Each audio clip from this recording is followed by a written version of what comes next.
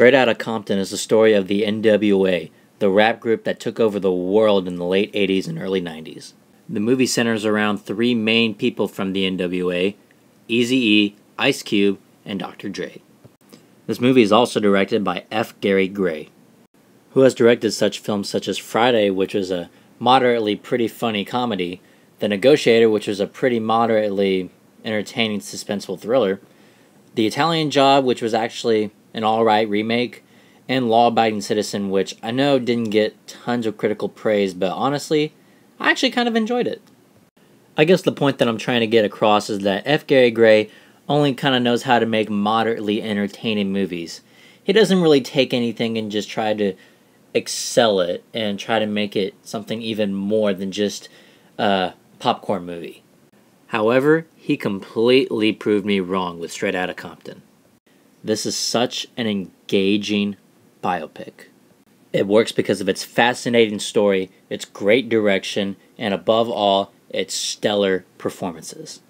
And what's so great about these performances and what makes them stellar is that they weren't representations of who these people were.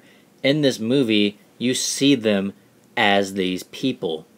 Like when I look at these three actors in particular, Corey Hawkins, O'Shea Jackson Jr., and Jason Mitchell, I don't see those people. I see Dr. Dre, I see Ice Cube, and I especially see Eazy-E. Let me give some major props to Jason Mitchell for a sec.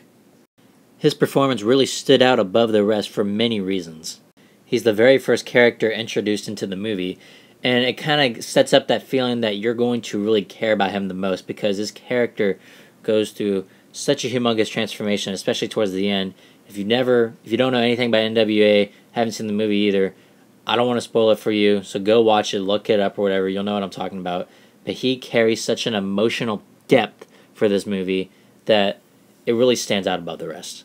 Also, not trying to spoil anything here, but he definitely had the hardest time trying to bring Eazy-E to life.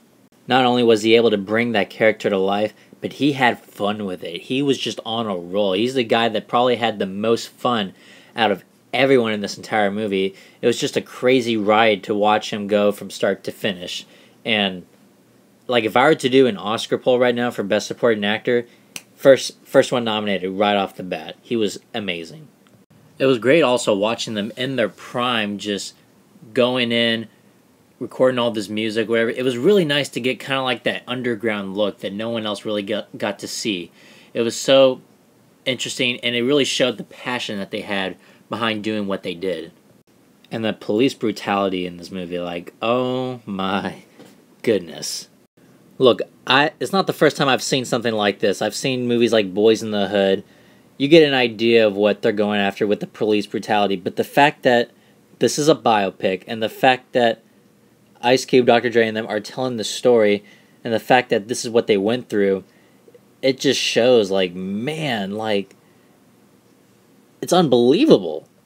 It's not like they have, like, this humongous vengeful vendetta against police or anything like that, but rather it's showing how arrogant cops were like back then, and it shows them how they were quick to judge people just because of what they looked like and what they think they did for, like, no reason whatsoever. That part just drives me insane, and they explored that side of this movie beautifully, I thought. But there is a moment in the movie, and Ice Cube, you see him do it in the trailer also, when they're all flicking up the middle fingers and they're literally striking back at the police. Such a fantastic moment. I love how they deal with the situation. I love that whole scene in particular. It's just such a great moment. I had to bring that up. I'm sorry. As far with issues with the movie, I will say that there are definitely parts that I honestly think could have been in this movie, but of course, Ice Cube and Dr. Dre are the producers behind this movie, and they didn't want to make themselves look bad. You know what? I would probably do the same thing, but I honestly just wish I could have seen more out of it, because I think it would have made for a very more interesting story throughout. The third act, while the worst of the three acts, was actually not that bad in my opinion. I know everyone was kind of complaining about that it loses steam. I actually think it holds rather fairly consistently. It's just not as strong as the first two. There were definitely some cameos that I did like, but there was one that I felt kind of stuck out from the rest, and I just didn't buy him at all. You're probably going to have your own different opinion on it. I'm not going to tell you who it is.